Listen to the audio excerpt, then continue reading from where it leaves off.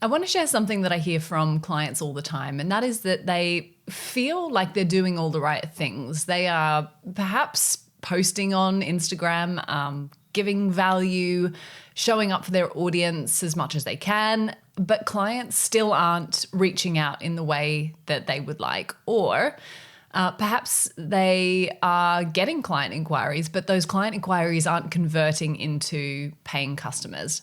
Now, here's the reality. People don't buy from wellness experts and health practitioners because they want to learn from you. They buy from you because they trust you, and they trust that you're going to guide them on a transformational journey from where they're stuck or where they're in pain or discomfort or the symptoms that they're feeling, and transform them from that place to the reality that they desire: healing, feeling calm, losing weight, whatever it might be, reversing symptoms.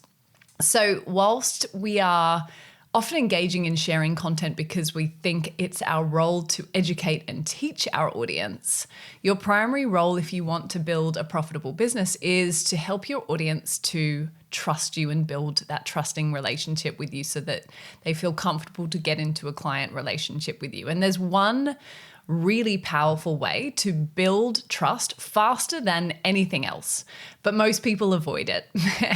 And today in this episode, I want to talk about why showing up on camera is a game changer for your business as a wellness expert, and how to do it in a way that feels natural, doesn't feel forced, doesn't feel inauthentic, feels genuinely comfortable for you, and some really simple steps to get you started. So this will be a practical episode. I want you to get started showing up consistently, showing your face, sharing who you are, and connecting in the same way that I am today, because nothing beats the familiarity that hearing a voice, seeing a face, seeing those facial expressions actually achieves in the building of trust. Now, if you have been sharing content on social media for a little while, but you're sharing posts or carousels, or maybe you're showing up on stories but without video, then this is going to be really helpful for you because it's going to elevate your content and elevate your engagement. If you haven't been showing up consistently on social media, then this is the best way to get kick-started and boost your engagement overall. And as I said, fundamentally build that trust.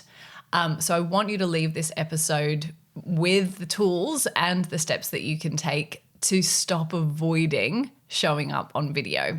So maybe you feel self-conscious, maybe you feel nervous, and that is normal. This is a skill. Showing up on camera is not something that other people are born with, or the ability to show up on camera or the willingness to show up on camera is not something that others are born with and that you don't possess. It's not an intrinsic ability. It's a learned skill, like anything else, like the skills you've learnt as a nutritionist or as a hypnotherapist or as a, whatever, somatic healer, whatever your expertise is. That is a set of skills that you have learned and adopted into a toolkit over time because you've studied and invested in the learning and the acquiring of those skills, and you've practiced those skills. And showing up on camera is exactly the same. It's a learned skill. So maybe you are overthinking things like how I look, or, worrying about what you're going to say, or worrying that you'll mess up what you're going to say. A few times already in this episode, I've messed up some of my words, or things have come out in a little bit of a jumbly format. And actually, the more comfortable you can get with the imperfection of speaking on camera, the more comfortable overall you'll be with just putting yourself out there imperfectly. And, that is probably the first mindset shift that you need to make, is that in the imperfection, you actually build more trust.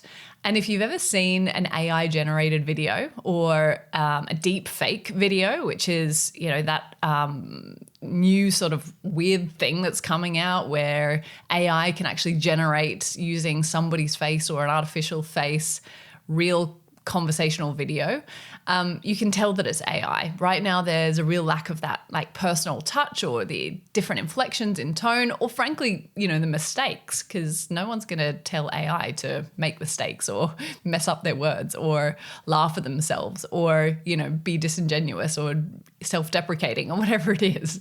But that's the things that make us human, and that's what connects us to one another. And in the health and wellness industry, which is where you operate, trust is the most important piece of the sales game, the marketing game. It is the most fundamental and foundational piece of your business that will enable you to turn your knowledge and your expertise and your passion for changing lives into a business that actually makes money, because people who trust you will buy from you. So moving past all that overthinking of how you look and whether you're going to mess up your words, and actually trusting yourself a little, and so building that trust into your own relationship with being on camera, that those things are actually part of what build trust. They are not things that you have to get right or things that you need to get over or things that you need to fix before you can show up on video. You don't need to have been to the salon. You don't need to have perfect everything to be able to just get on camera. In fact, right now I'm in between juggling my 3-month-old baby and having some lunch and having a meeting or seeing a client or responding to client questions. And I've just slotted this in. It's imperfect. It's not the perfect time for me to record a podcast. I'm not in a perfect studio, but we roll. And that is because my desire to connect with you and to create trust with you is much greater than my desire for this to be perfect. So your ideal client doesn't need you to be perfect. They need you to be present. They need to see you. And the longer you delay that being visible aspect of building your online business as a wellness expert, the longer you delay your ability to build trust that transfers into sales. People buy from those who they trust, and nothing builds trust faster than seeing your face, hearing your voice, feeling your energy. And those things are not possible through a carousel post or simply written text. That trust that is elevated by the sound of your voice, the inflection, the genuine desire to help and create change can only really truly be communicated through video. So this is an opportunity for you to elevate everything that you do and elevate your ability to reach your audience in a much faster and more effective way. So maybe that fear is actually keeping you from showing up. Maybe it's blocking that connection, or the very connection that would bring you more clients and bring you more opportunities and get you in front of more people. Because getting traffic to your Instagram page or your website or your lead magnet, your lead generation, your funnel is your primary goal right now. Bringing more people who have the problem that you can solve into your world. So what if instead of worrying about being polished or perfect, or, needing everything to be just so, you were focusing instead on being real and relatable?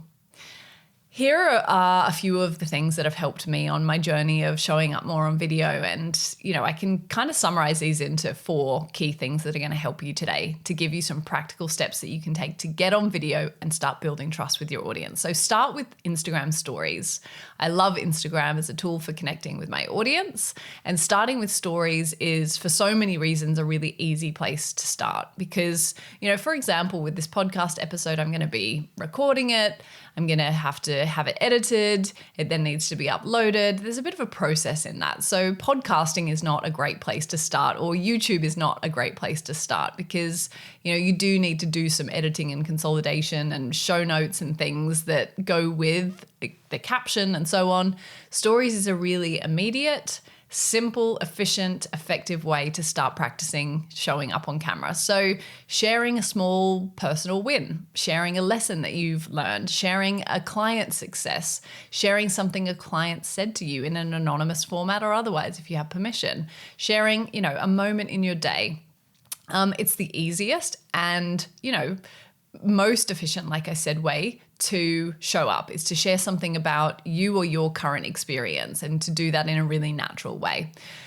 The second thing is we want to lower the stakes, okay? Because feeling the pressure to be on camera and to be visible can become quite high stakes in your mind. With it comes a feeling of potential failure, embarrassment, messing up, jumbling your words, all of those things, not coming across naturally. There you go, perfect example. And actually, my fourth tip is going to lend itself a little bit more to that as well, that specific point. So lower the stakes, right? Give yourself permission for this to not be a groundbreaking piece of cinematic production. Okay, the video doesn't have to be groundbreaking. A very quick 30-second or 60-second video, a casual check-in, even just saying, here's what's on my mind today, or here's what I've been thinking about, or as I'm out on my dog walk this morning, something popped into my mind that I thought would be useful to share with you. Another really great way of being inspired to share content is to think about what you're reading or listening to or thinking about or talking with others about at the moment that you think might be useful for your audience to hear. Lowering the stakes and just getting something out there that is easy and conversational and the type of thing that you might share if you were to give your mom a quick call on the phone or you were to text your best friend or something like that. Okay, so the third thing is that we want to use you language, and I'm using my 2 fingers on each hand to do little inverted commas here if you're listening to this as a podcast. So you language is going to help you to get out of your own head and your own thinking about me and how I look and how I sound and how I might come across or how I might make mistakes, and instead shift the lens through which you're looking at the motivation for creating this content to the person who needs to hear it. So you language enables you to stop worrying about how you sound, and shift that focus really to your audience, your potential ideal client, that person who might be listening who needs your help, who has the symptoms that you have the solution to solving, and that your desire is genuinely to build a connection and to build trust with them so that they feel comfortable enough to actually get their debit card, credit card, payment details out and enter them into a payment portal to work with you. And that's kind of a big deal. Think about the brands that have built trust with you. They tell you why they are going to help you. They talk to you about the solution that they're going to provide and how it's going to change and positively impact your life. So imagine really speaking to one person. And if you can imagine that sort of what we would call a client avatar, that person who, has just found out that they have type 2 diabetes or have just realized or become self-aware enough to recognize that anxiety is plaguing them in their life and stopping them from doing the things that they love, or to that person who has finally decided that they've had enough of those, pesky IBS symptoms that are stopping them from going to the cinema on a Friday night because they're too panicked that they'll have to leave the cinema and rush off to the bathroom. Connect with that one person and have them really clearly in the forefront of your mind so that it feels like you're genuinely talking to that person. And when you can picture that one person, you start to converse as if you're talking to a friend. When you're thinking about all the people who might see this and how they might interpret it or misinterpret it or pick apart your rationales or expertise or find fault in things that you've said, you've slipped back into that me mentality and away from that you audience mentality. So imagine that you are giving that one person the best advice that you can, over a cup of tea or a matcha latte or a coffee, as if they were a friend in need of your help, support, and guidance. Okay, the final piece, and number 4, is really about that skill piece that I talked about earlier, that practicing and learning the art of showing up on camera is really about practice. It's like anything. Any, gold medal Olympian is somebody who once couldn't do the thing that they now do, with the exception perhaps of, maybe someone who, even someone who is a fast runner, they still learnt to walk and run at some point in their life and learnt the skill of running fast or sprinting. But think about, other sports like swimming or javelin or long jump or kayaking, whatever it might be. It's a skill. And there's a toolkit of skills that enable you to get good at doing that thing. And frankly, the first time you ever do that thing, you're going to be rubbish at it. You're going to be awkward and fumble and, not be as clear and concise as you'd like to be. And again, in that, you start to build trust with your audience in the imperfection, in the willingness to put yourself out there, in the willingness to say, it matters more to me that you hear my message than it matters that I get this right. And that might be something that you reflect on in your own time after this episode. Are you more worried about getting it right than you are about showing up and sharing the value that you have to share? And that's a shift that you can make today. You decide that showing up on camera is about sharing your message, being visible and having the impact that you desire, because you want that more than you want to be liked or admired or have your hair admired or have people thinking that your backdrop looks perfect today.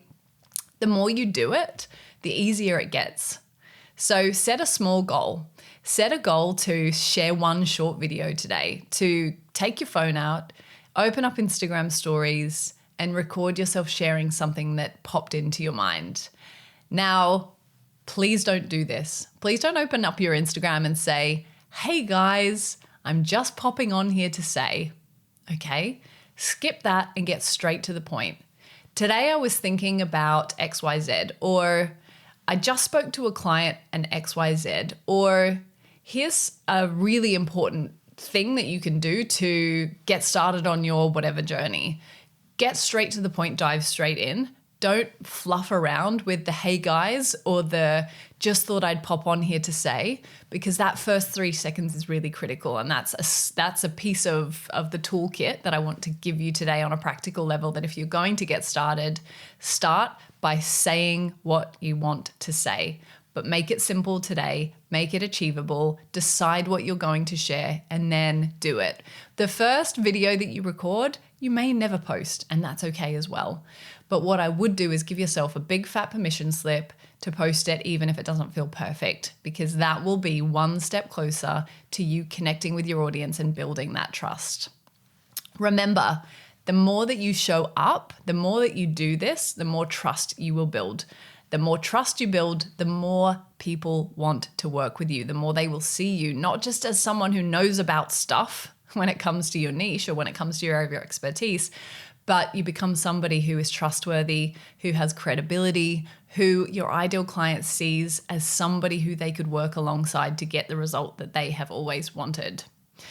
So I want, as you go away from this episode, for you to think about one small action that you can take today to leverage the power of video to connect, to build trust. And let me know. Come and connect with me on Instagram. Let me know what one thing is that you're going to share with your audience today, or just do it. Tag me in your stories. Tag me in your content. I'd love to see you showing up on video today. In the meantime, thanks for joining me, and I'll see you in the next episode.